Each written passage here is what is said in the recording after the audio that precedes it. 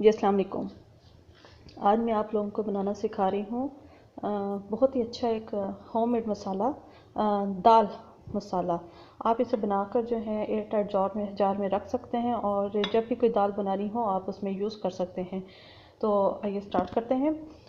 या सबसे पहले जो है ये साबुत मिर्चें तकरीबन 2.5 टेबल स्पून, ये कश्मीरी रेड चिलीज़ हैं, 2 से 3 ली है मैंने।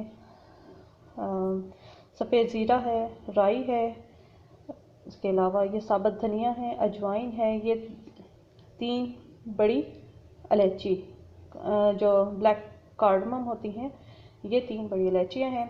इधर हल्दी है, नमक है और ये हींग है। फुल जो है रेसिपी, रिटर्न रेसिपी के लिए आप डिस्क्रिप्शन पर जाएं, वहाँ पर आपको फुल रिटर्न रेसिपी मिल जाएगी। ओके, अब हम इन सब मसालों को जो है, जितने साबुत मसाले हैं हम उसे ड्राई रोस्ट करेंगे।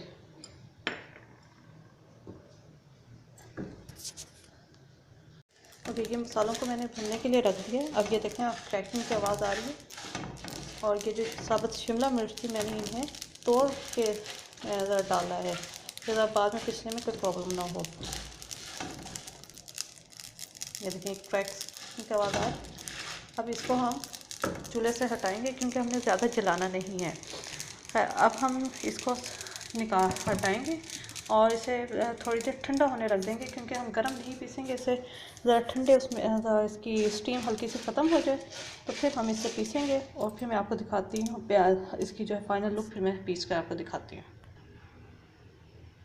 ये अब जो है, जो रोस्टेड जो मसाले मैंने किए थे वो अब थोड़े से कूल डाउन हो गए। अब इसके अंदर मैं नमक, हल्दी और हींग के साथ इसे मैं ग्राइंड करती हूँ। ओके, ये मसाला ग्राइंड करके मैंने अब निकाल लिया है। और जब भी आपको ये दाल बनानी हो, कोई भी दाल बनानी हो, आप इसमें 1 से 2 टेबल स्पून इस मसाले के इस्तेमाल करें, बहुत ही अच्छा टेस्ट आता है।